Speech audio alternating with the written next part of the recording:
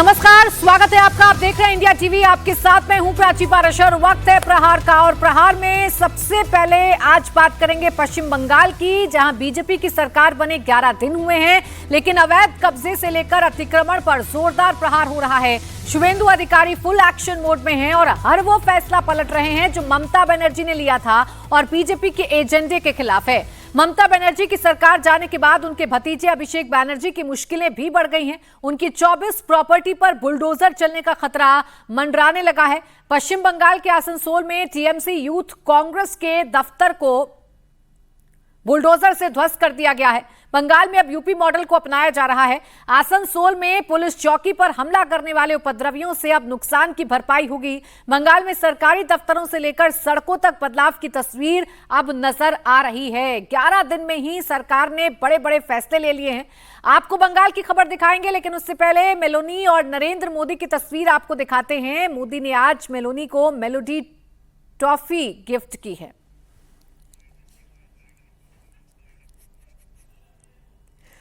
तो ये तस्वीर हम आपको दिखा रहे हैं। देखिए, आज अपने देश जो आखिरी देश है उसके दौरे पर प्रधानमंत्री पहुंचे हैं और मेलोनी के साथ आज सुबह की भी तस्वीरें आपने देखी थी, जब मेलोनी उनको दिखा रही थी खड़े होकर नज़ारे इटली के।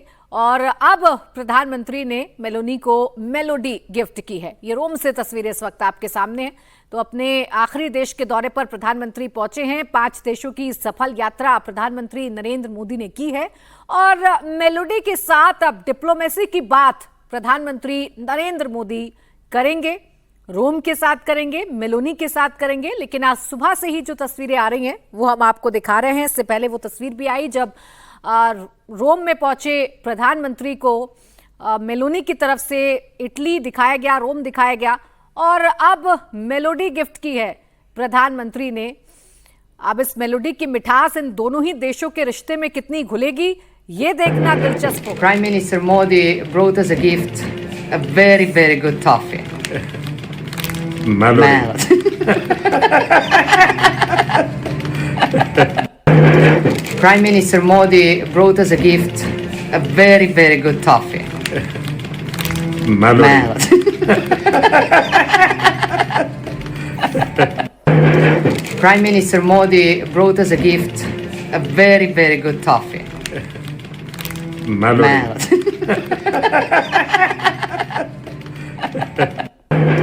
Prime Minister Modi brought us a gift, a very, very good toffee. Melody.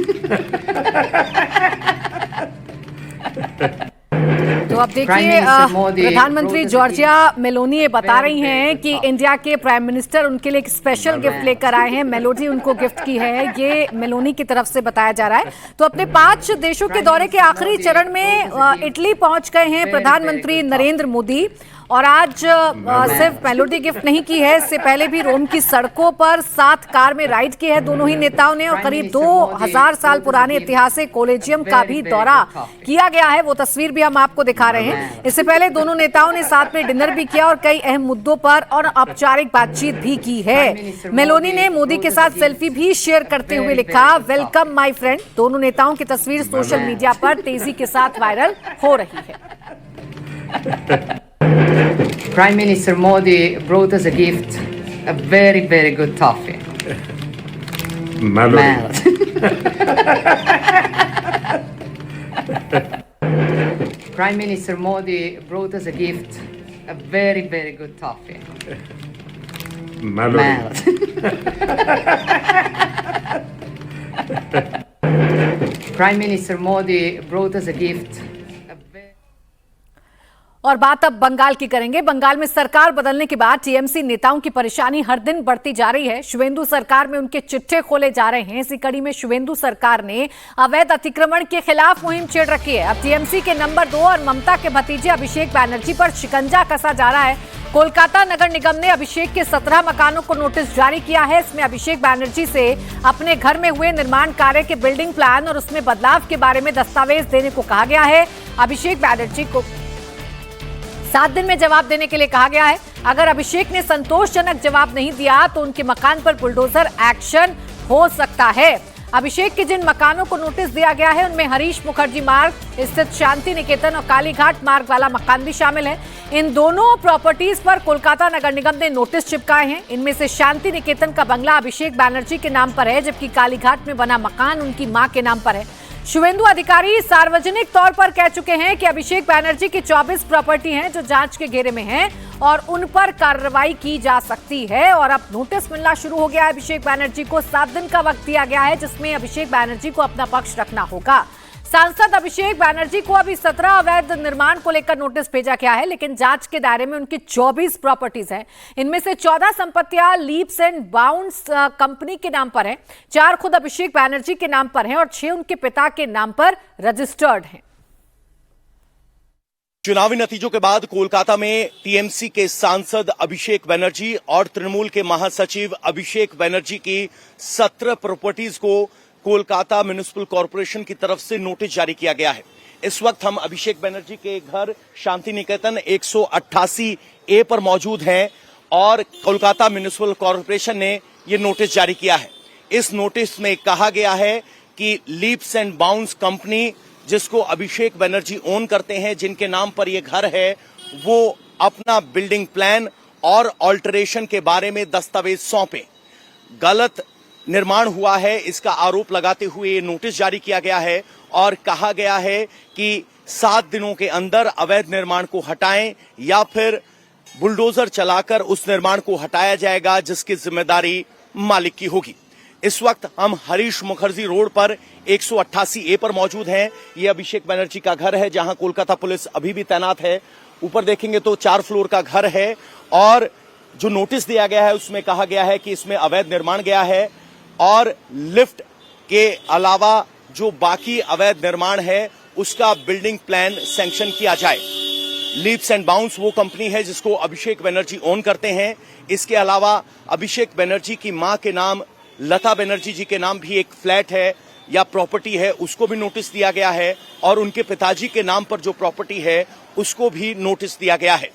TMC की तरफ से कहा जा रहा है कि ये पॉलिटिकल वेंडेटा है, जबकि बंगाल सरकार में मंत्री अग्निमित्रा पॉल की तरफ से कहा गया, सिर्फ पूछा गया है कागज दिखाइए, सब ठीक होगा तो कुछ नहीं होगा और गलत होगा तो कार्रवाई होगी। कुल मिलाकर जिस तरीके से कुल 17 प्रॉपर्टीज को नोटिस दिया गया है, एक बार फिर अभिषेक बैनर्जी की प्रॉपर्टीज पर निर्माण को लेकर स्क्रूटनी के दायरे में है और इस नोटिस की मियाद 25 जून को समाप्त हो रही है। 25 जून के बाद क्या बुलडोजर चलेगा या उससे पहले अभिषेक बैनर्जी अपने दस्तावेजों के जरिए अपने निर्माण को वैध ठहराने की कोशिश करेंगे, ये सबसे बड़ा सवाल है। कल सूत्र बता रहे हैं कि जब ममता बनर्जी के घर पर बैठक हुई तो अभिषेक बैनर्जी की तरफ से कहा गया कि वो बीजेपी के साथ संघर्ष जारी रखेंगे, झुकेंगे नहीं, अगर जो करना है वो कर लें। इन सब स्थिति के बीच सबकी निगाहें अभिषेक बैनर्जी की कंपनी लीप्स एंड बाउंड्स की प्रॉपर्टीज, उनके पिताजी के नाम पर रजिस्टर्ड प्रॉपर्टीज और मां के नाम पर रजिस्टर्ड प्रॉपर्टीज पर टिकी हुई हैं और सब इस बात के साथ संशय में हैं कि आखिर 25 जून को क्या होगा जब कोलकाता म्युनिसिपल कॉर्पोरेशन की इस नोटिस का मियाद खत्म होगी। कोलकाता म्युनिसिपल कॉर्पोरेशन के चेयरमैन फरहाद हाकिम से जब ये सवाल किया गया तो उनकी तरफ से कहा गया इस नोटिस के बारे में उन्हें कोई जानकारी नहीं है, ये एडमिनिस्ट्रेटिव नोटिस है और ये कोलकाता म्युनिसिपल एक्ट 1980 के तहत दिया गया नोटिस है। अब अभिषेक बैनर्जी की बाकी संपत्तियां जो नगर निगम की रडार पर हैं। कोलकाता नगर निगम ने कालीघाट रोड स्थित उनके मकानों को लेकर भी नोटिस भेजा है। कालीघाट रोड पर 121 और 119 नंबर अभिषेक बैनर्जी का है। इसके अलावा कोलकाता के प्रेमेंद्र मित्रा सरनी, पंडितिया रोड और उस्ताद आमिर खान सरनी जैसे पॉश इलाकों में स्थित कई आवासीय और व्यवसायिक ठिकाने इस लिस्ट में शामिल हैं। इस वक्त हम कोलकाता के कालीघाट रोड पर मौजूद हैं और यहां भी अभिषेक बैनर्जी की कंपनी लीप्स एंड बाउंड्स की 2 प्रॉपर्टीज हैं। मेरे पीछे जो आप ये प्रॉपर्टी देख रहे हैं ये 5 मंजिला प्रॉपर्टी है, जिसके ग्राउंड फ्लोर पर आपको अभिषेक हार्डवेयर दिखाई देगा। हालांकि अभी स्पष्ट नहीं है कि अभिषेक हार्डवेयर क्या अभिषेक बैनर्जी हैं, ये अभी स्पष्ट नहीं है। लेकिन कोलकाता म्युनिसिपल कॉर्पोरेशन का नोटिस कहता है कि सैंक्शन बिल्डिंग प्लान से ज्यादा का निर्माण किया गया है और अपने सैंक्शन बिल्डिंग प्लान के साथ सफाई पेश करें कि क्यों न इस निर्माण को तोड़ दिया जाए। और इसके लिए 25 तारीख की मियाद रखी गई है। ये 121 है, जिस पर आपको ऑल इंडिया तृणमूल कांग्रेस का बोर्ड भी दिखाई देगा। यहां अभी भी कोलकाता पुलिस के जवान तैनात हैं, उनकी गाड़ियां खड़ी हैं। जैसे ही आप आगे जाएंगे, जो अगली बिल्डिंग है वो 119 है। 119 और 121 अगल बगल की बिल्डिंग है और इन दोनों बिल्डिंग को भी नोटिस दिया गया है। उस बिल्डिंग में आप देखेंगे तो नीचे आपको दुकानें दिखाई देंगी, लेकिन ऊपर का स्ट्रक्चर अलग है और वो सैंक्शन प्लान से ज्यादा बनाया गया एक फ्लोर स्पष्ट तौर पर दिखाई दे रहा है। अब सबकी निगाहें 25 जून पर हैं, जब इस नोटिस की मियाद खत्म होगी। तृणमूल की तरफ से इसे पॉलिटिकल वेंडेटा यानी बदले की राजनीति बताया जा रहा है, तो बीजेपी की तरफ से कहा जा रहा है सही होगा तो बचेगा, गलत होगा तो तोड़ा जाएगा। यानी अभिषेक बनर्जी की प्रॉपर्टीज पर भी अब कोलकाता म्युनिसिपल कॉर्पोरेशन की निगाह है। और सबसे बड़ी बात यह कि कोलकाता म्युनिसिपल कॉर्पोरेशन के चेयरमैन फिरहाद हाकिम खुद कह रहे हैं कि इन नोटिस के बारे में उन्हें कोई जानकारी नहीं, ये एडमिनिस्ट्रेटिव मामला है। अभी कोलकाता नगर निगम पर टीएमसी का कब्जा है। अभिषेक बनर्जी टीएमसी के महासचिव और ममता के बाद पार्टी के नंबर 2 नेता हैं। शुवेंदु ने कमान संभालने के बाद सीधे अभिषेक को टारगेट किया। उनके 17 मकानों को नोटिस भेजा गया। बंगाल की नई नगर पालिका मामले और शहरी विकास मंत्री अग्निमित्रा पॉल साफ कर चुकी हैं कि कोई भी कानून से ऊपर नहीं है। एक तरफ कोलकाता नगर निगम अभिषेक को नोटिस दे रही है, तो दूसरी तरफ अभिषेक बनर्जी से बदले की संभावना से की जा रही कार्रवाई बता रहे हैं। कल ममता के घर पर टीएमसी नेताओं के साथ हुई बैठक के दौरान अभिषेक ने कहा कि वो जो चाहें कर लें, उन्हें मेरे घर पर नोटिस भेजना है भेजें, मेरा घर तोड़ना है तो तोड़ दें, मैं इन गीदड़ भभकियों के आगे कभी नहीं सिर झुकाऊंगा। चाहे जो भी परिस्थिति आ जाए, बीजेपी और इस दमनकारी सरकार के खिलाफ मेरी लड़ाई और मजबूती से जारी रहेगी। तो अभिषेक बनर्जी तो ये कह रहे हैं कि वो झुकने वाले नहीं है, लेकिन अभिषेक बनर्जी को उस कोलकाता नगर निगम से नोटिस मिला है जहां टीएमसी का ही मेयर फिरहाद हाकिम है, जो ममता बनर्जी के करीब बताए जाते हैं। हालांकि अपने नेता को भेजे गए नोटिस के बारे में मेयर फिरहाद हाकिम का कहना है कि उन्हें इसके बारे में कोई जानकारी है ही नहीं। तो दादा आपके रहते दादा किस प्रकार से नोटिस हो रहा है? अरे चल रहा है दादा, तो हम हर नोटिस हमको क्या बोल के करेगा? आपके ही पार्टी के राष्ट्रीय महासचिव को कहा जा रहा है कि वो अवैध घर में रहते हैं। आपके ही पार्टी के राष्ट्रीय महासचिव कहा जा रहा है कि वो अवैध घर में रहते हैं, और कोलकाता के मेयर बोल रहे हैं मुझे पता नहीं है। बंगाल के आसनसोल में पुलिस पर हमला करने के मामले में भी एक्शन तेज हो गया है। दंगाइयों से पाई वसूलने की तैयारी चल रही है। 15 मई को जहांगीरी मोहल्ला पुलिस चौकी में हमला कर उपद्रवियों ने तोड़फोड़ और पत्थरबाजी की थी। अब इस मामले में पुलिस ने 31 आरोपियों को गिरफ्तार किया है। साथ ही बाकी लोगों की पहचान के लिए सीसीटीवी फुटेज निकाले जा रहे हैं। यहाँ आरोपियों से नुकसान की भरपाई की जाएगी, जिसको लेकर पुलिस ने जगह जगह नोटिस चस्पा किया है और लोगों से उपद्रवियों की पहचान बताने के लिए कहा गया है। आसनसोल दुर्गापुर पुलिस कमिश्नरेट की ओर से सोमवार को इलाके में माइकिंग कर लोगों को जानकारी दी गई कि राज्य सरकार के आदेश के अनुसार पुलिस चौकी में तोड़फोड़ करने वालों से मुआवजा वसूला जाएगा।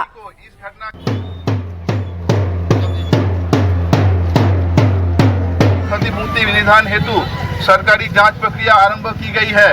क्षेत्र के सभी निवासियों को सूचित किया जाता है कि इस मामले को गंभीरता से ले और अवश्य सहयोग करें।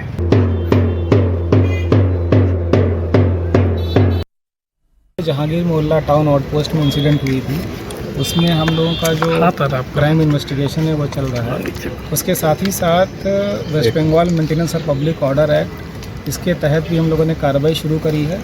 कल होम डिपार्टमेंट से एक ऑर्डर हुआ था, एक हमारे असिस्टेंट कमिश्नर हैं, उनको ऑथराइज़ किया गया है एज इंक्वायरी ऑफिसर, तो वो इंक्वायरी कर रहे हैं कि जो भी प्रॉपर्टी का डैमेज हुआ है उसकी रिकवरी के लिए एक प्रोसेस उसमें प्रोवाइड की गई है एक्ट में, और जो रूल्स हैं तो वो प्रोसेस आज से शुरू हुई है। तो अभी तक क्या असेसमेंट हुआ है, क्या डैमेजेस हुआ है? प्रॉपर्टी का जो पूरा असेसमेंट है वो चल रहा है, उसकी एक प्रोसेस होती है, एवेल्यूएशन और जो असेसमेंट है वो पूरा होता है, तो वो भी चल रहा है।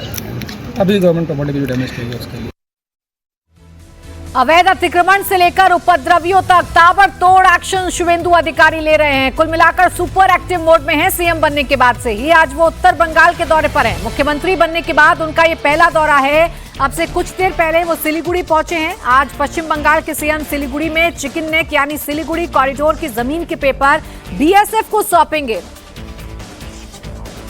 सिलीगुड़ी कॉरिडोर की करीब 120 एकड़ जमीन केंद्र सरकार को सौंप दी है।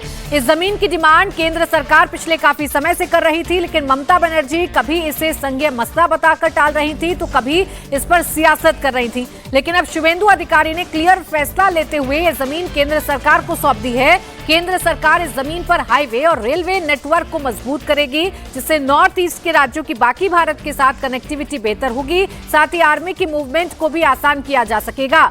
आज सिलीगुड़ी पहुंचे शुवेंदु अधिकारी ने कहा कि उत्तर बंगाल का विकास उनकी प्राथमिकताओं में से एक है। उत्तर बंगाल में हर स्कीम को इम्प्लीमेंट करने का काम भारतीय जनता पार्टी का सरकार करेगा और एक एम्स, एक आईआईएम, एक आईआईटी, एक कैंसर हॉस्पिटल उत्तर बंगो को बनाने के लिए जो संकल्प पत्र में है उसका लैंड और 4 जिले में होगा, 1 जिले में नहीं है। वो भी हम लोग करेगा। अभी हम लोग का काम है एमपी एमएलए के साथ एडमिनिस्ट्रेशन का लिहाजो कर देना, सब सेंट्रल गवर्नमेंट का स्कीम चालू करना। और अब बात महाराष्ट्र की करेंगे, जहां अवैध निर्माण के खिलाफ बुलडोजर अभियान चल रहा है। लगातार दूसरे दिन मुंबई की बांद्रा इलाके में पीले पंजे की मदद से अतिक्रमण को हटाने का काम चल रहा है। कल प्रशासन ने बुलडोजर की मदद से सैकड़ों झुग्गियों को ध्वस्त कर सरकारी जमीन को खाली कराया था। गरीब नगर इलाके में सभी लोग सरकारी जमीन पर कब्जा कर 40 साल से रह रहे थे। बुलडोजर एक्शन के दौरान कल कुछ लोगों ने विरोध भी किया था, लेकिन बाद में पुलिस ने उन्हें समझाकर वापस भेज दिया। कोर्ट ने कुछ दिन पहले ही अवैध कब्जे हटाने का आदेश दिया। इसके बाद रेलवे की टीम ने इलाके का सर्वे किया, लोगों को नोटिस दिया और अतिक्रमण हटाने की कार्रवाई शुरू हो गई।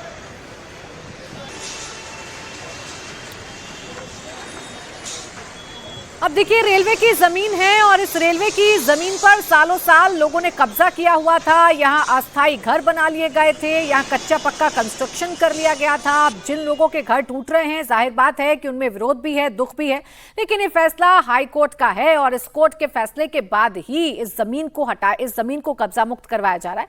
समीर भी से मेरे सहयोगी इस वक्त हमारे साथ जुड़ गए हैं। समीर, कहां तक पहुंची है बुलडोजर की कार्रवाई? अभी कितने दिन और लगेंगे पूरी जमीन को खाली करवाने?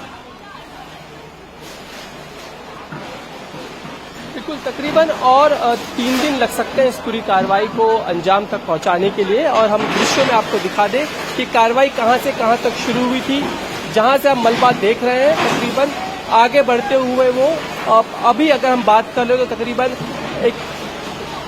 30% घर जो है अब तक तकरीबन टूट चुके होंगे, क्योंकि बड़े पैमाने पर मशीनरीज लगा के जो हम देख रहे हैं इस वक्त बड़ी सी जो मशीन देख रहे हैं पोकलेन कहते हैं, और लगातार एक के बाद एक घर जो है ये तोड़ते जा रही है। और साथ में जो छोटे जो जेसीबी मशीन लगे उनसे मलबा हटाने का काम भी साथ ही साथ जारी है।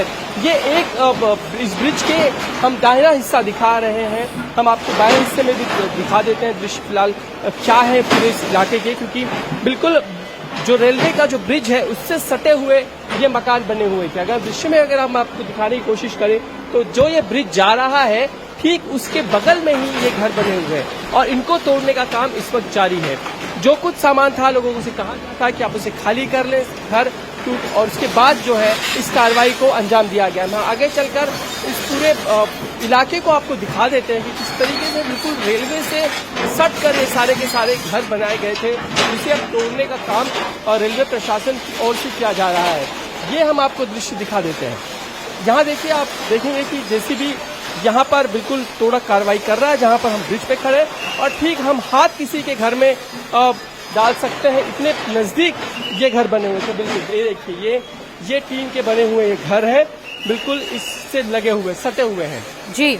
और अभी ने हटाने का काम यहाँ जेसीबी जो पोकलेन मशीन है उसके जरिए जारी है, बिल्कुल, ताकि विकास की परियोजनाओं का काम हो सके, रेलवे के विस्तारीकरण का काम हो सके। इसलिए रेलवे अपनी जमीन को खाली करवा रहा है, कब्जा मुक्त करवा रहा है। शुक्रिया आपका समीर तमाम जानकारी। तेल से हिंदुस्तान की सियासत को सुलगाने की कोशिश हो रही है। युद्ध शुरू हुए 82 दिन हो गए। 82 दिन से हिंदुस्तान के लाखों पेट्रोल पंप पर 24 घंटे पेट्रोल मिल रहा है, डीजल मिल रहा है। पूरी दुनिया में सबसे कम तेल की कीमत सिर्फ हिंदुस्तान में बढ़ी है। मतलब तेल की कोई क्राइसिस नहीं है। अगर आप पेट्रोल पंप पर इस वक्त भी जाएंगे तो आपको तेल मिलेगा। लेकिन राहुल गांधी, अखिलेश यादव, ममता बनर्जी, स्टालिन जैसे नेता अभी से अलग अलग तरह की भविष्यवाणी कर रहे हैं। 29 का चुनाव अभी 3 साल दूर है, लेकिन महासंकट के बीच मोदी पर सीरियल अटैक की साजिश लगातार चल रही है। बीजेपी ने बड़ी बात कही है। राहुल गांधी हिंदुस्तान की इकोनॉमी को चौपट करना चाहते हैं। बीजेपी का दावा है कि राहुल गांधी अब हिंदुस्तान की अर्थव्यवस्था में अव्यवस्था फैलाना चाहते हैं। राहुल के दिमाग में क्या चल रहा है, वो तेल के दाम पर कैसी आग लगाना चाहते हैं, बहुत गौर से रिपोर्ट देखिएगा।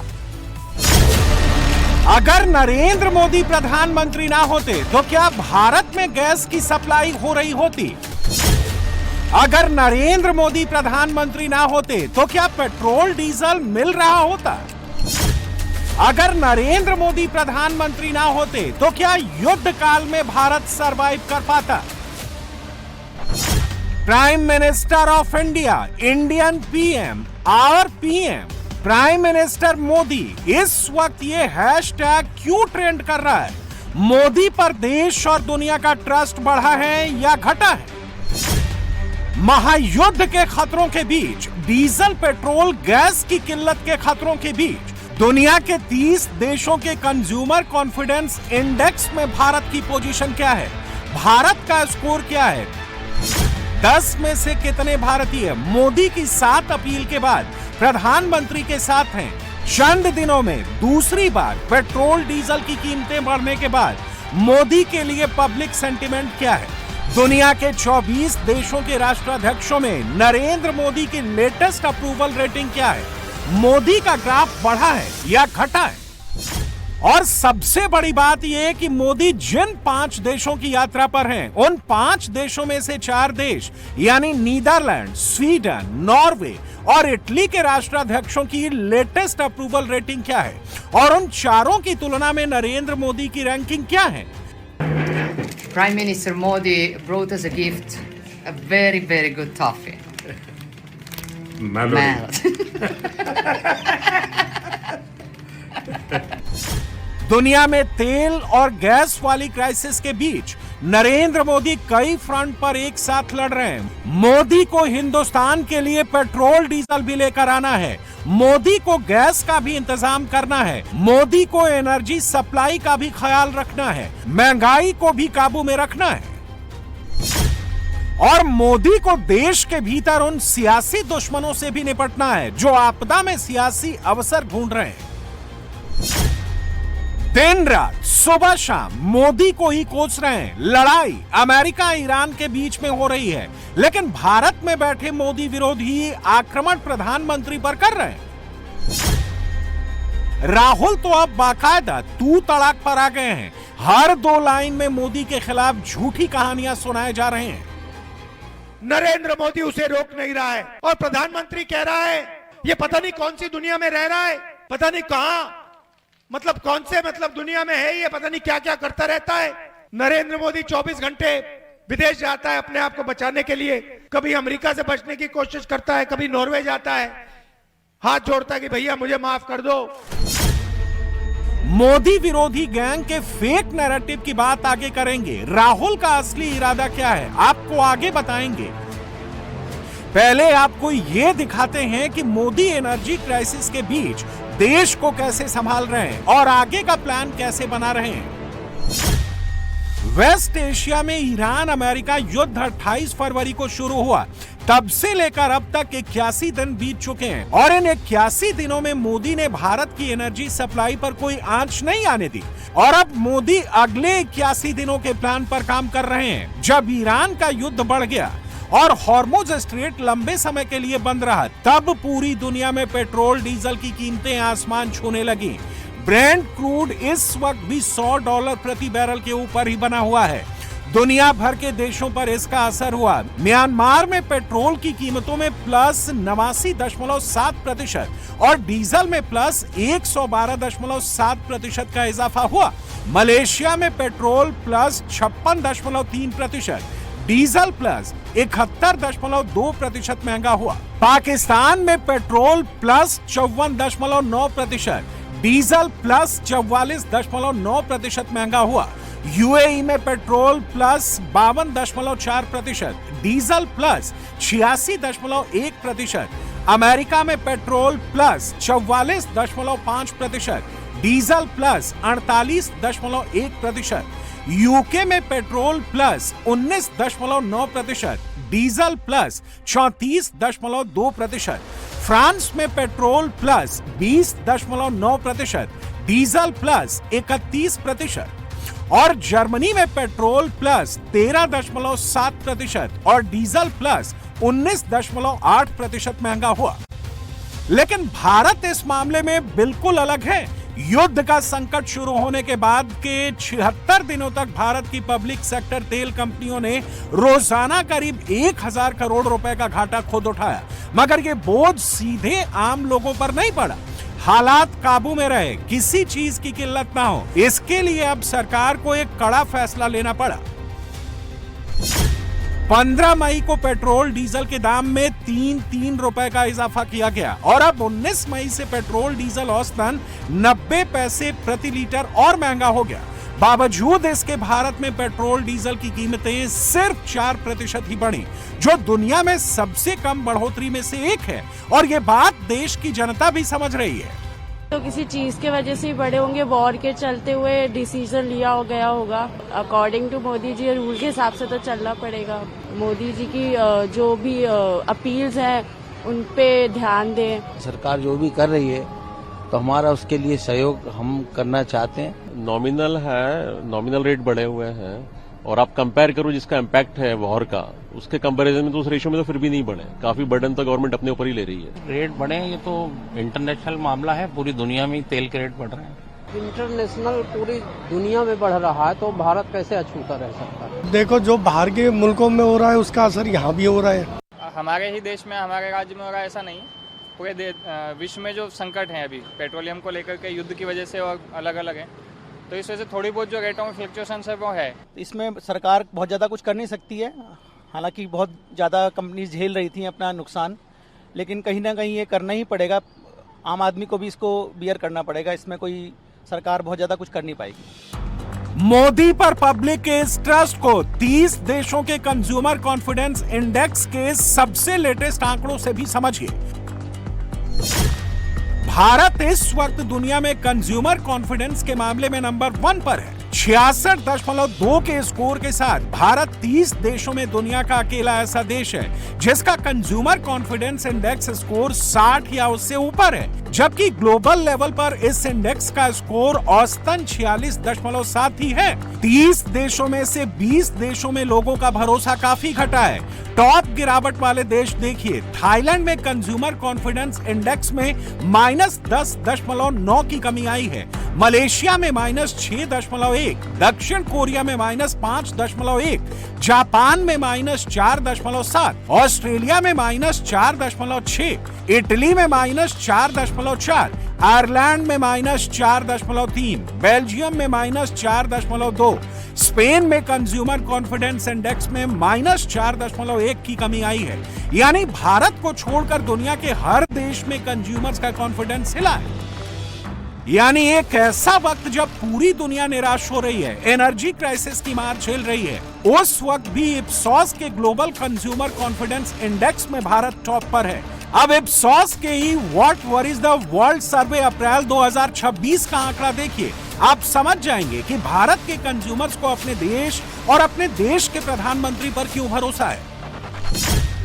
भारत दुनिया में ऑप्टिमिज्म यानी आशावाद के मामले में 30 देशों में नंबर 2 पर है। इप्सॉस के सर्वे के मुताबिक 72% भारतीयों को लगता है कि देश सही दिशा में जा रहा है। ये भारत को दुनिया के कुछ ही हाई कॉन्फिडेंस वाले देशों में जगह देता है। सिर्फ 5 देशों में लोग ज्यादा आशावादी हैं। इनमें नंबर 1 है सिंगापुर, नंबर 2 है भारत, नंबर 3 है मलेशिया, नंबर 4 है साउथ कोरिया और नंबर 5 है इंडोनेशिया।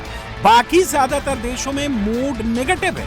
30 देशों में से 62% लोग यानी लगभग 2 में से 3 का ये सोचना है कि उनका देश गलत दिशा में जा रहा है। यानी इस सर्वे के मुताबिक भारत का पॉजिटिव नजरिया बाकी दुनिया से अलग दिख रहा है। और इसकी वजह मोदी सरकार की नीतियां हैं। युद्ध काल में भी, एनर्जी क्राइसिस के बीच भी भारत की जीडीपी ग्रोथ 7% के आसपास बनी हुई है। भले ही अभी पेट्रोल डीजल महंगा हो रहा है, लेकिन लोग मानते हैं कि भारत की अर्थव्यवस्था लंबे समय के लिए मजबूत है और मौजूदा क्राइसिस से निपटने में सक्षम है। मोदी पर लोगों के इस ट्रस्ट का असर ग्लोबल लीडर्स की अप्रूवल रेटिंग में भी दिखता है।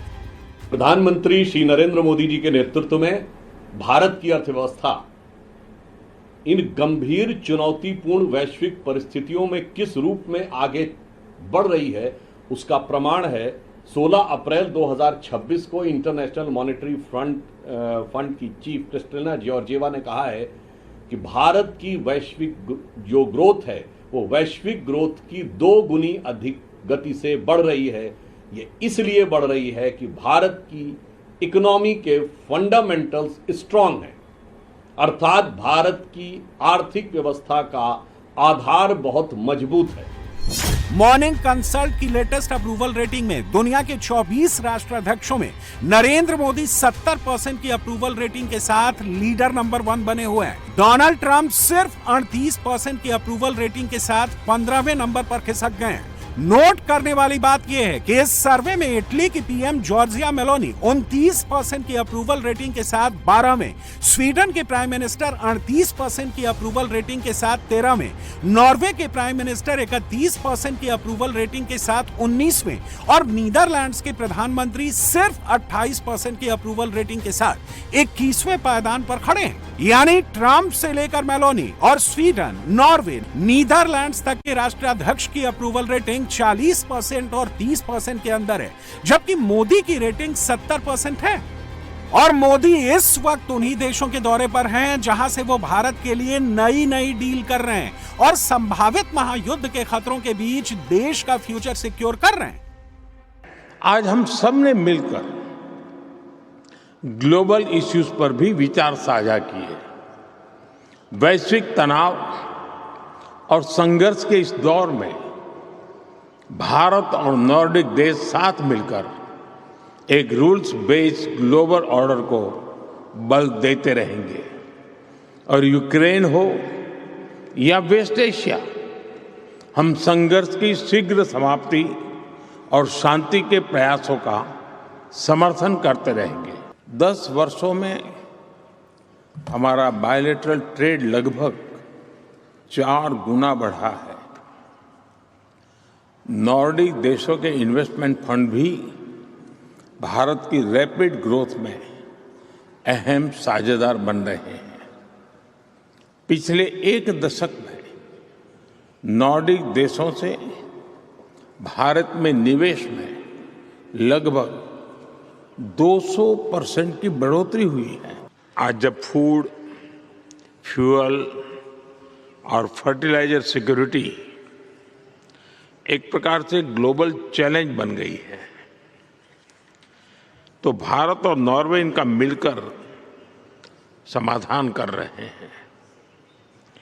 चाहे वो ऑर्कलो का भारत के फूड सेक्टर में निवेश हो,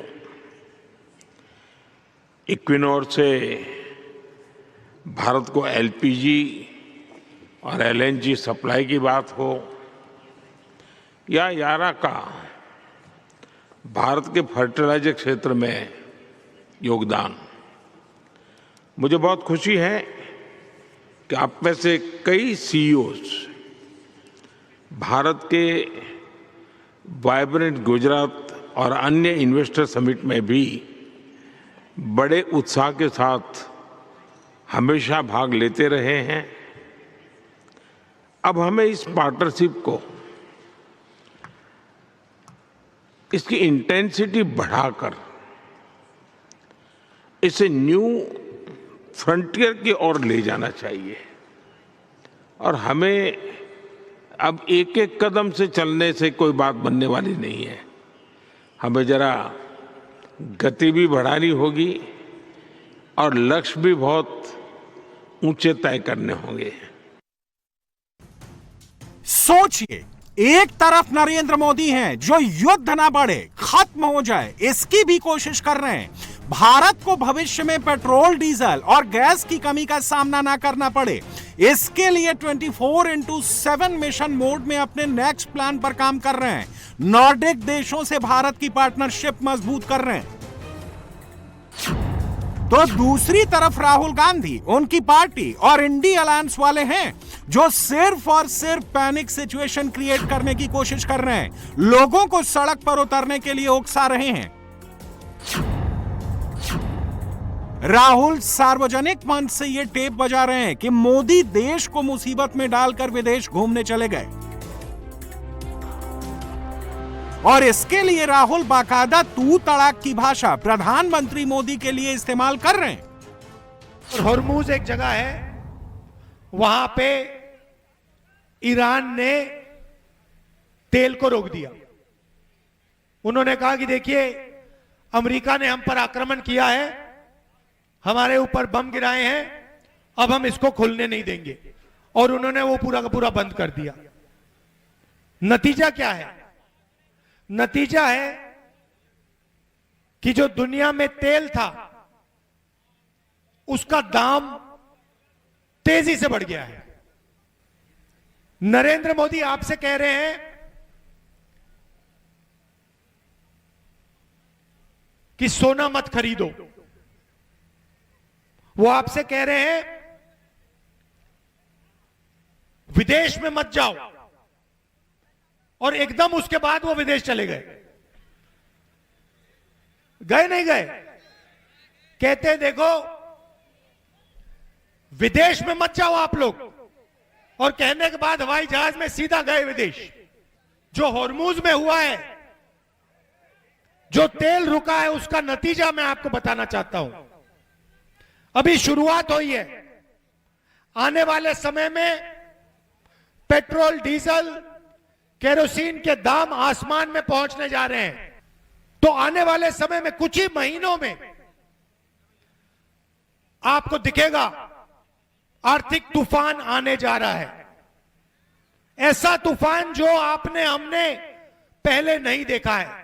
इसीलिए मैं हर भाषण में कह रहा हूं कि आज नरेंद्र मोदी को एकदम एक्शन लेना शुरू कर देना चाहिए। आज भी अंबानी हिंदुस्तान का तेल विपक्ष में बेच रहा है। हजारों करोड़ रुपए का तेल अंबानी बाहर बेच रहा है, नरेंद्र मोदी उसे रोक नहीं रहा है।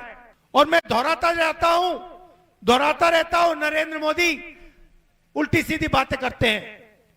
देश के किसान से कहते हैं, देश के मजदूर से कहते हैं, देश के छोटे व्यापारियों से कहते हैं इलेक्ट्रिक गाड़ी खरीदो।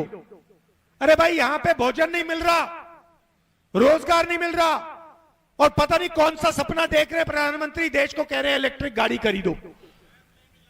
गैस नहीं मिल रही, घर में खाने पकाने के लिए गैस नहीं है, और प्रधानमंत्री कह रहा है कि विदेश मत जाओ, इलेक्ट्रिक गाड़ी खरीदो, सोना मत खरीदो। ये पता नहीं कौन सी दुनिया में रह रहा है, पता नहीं कहां, कौन से दुनिया में है ये, पता नहीं क्या क्या करता रहता है। नरेंद्र मोदी 24 घंटे विदेश जाता है अपने आप को बचाने के लिए।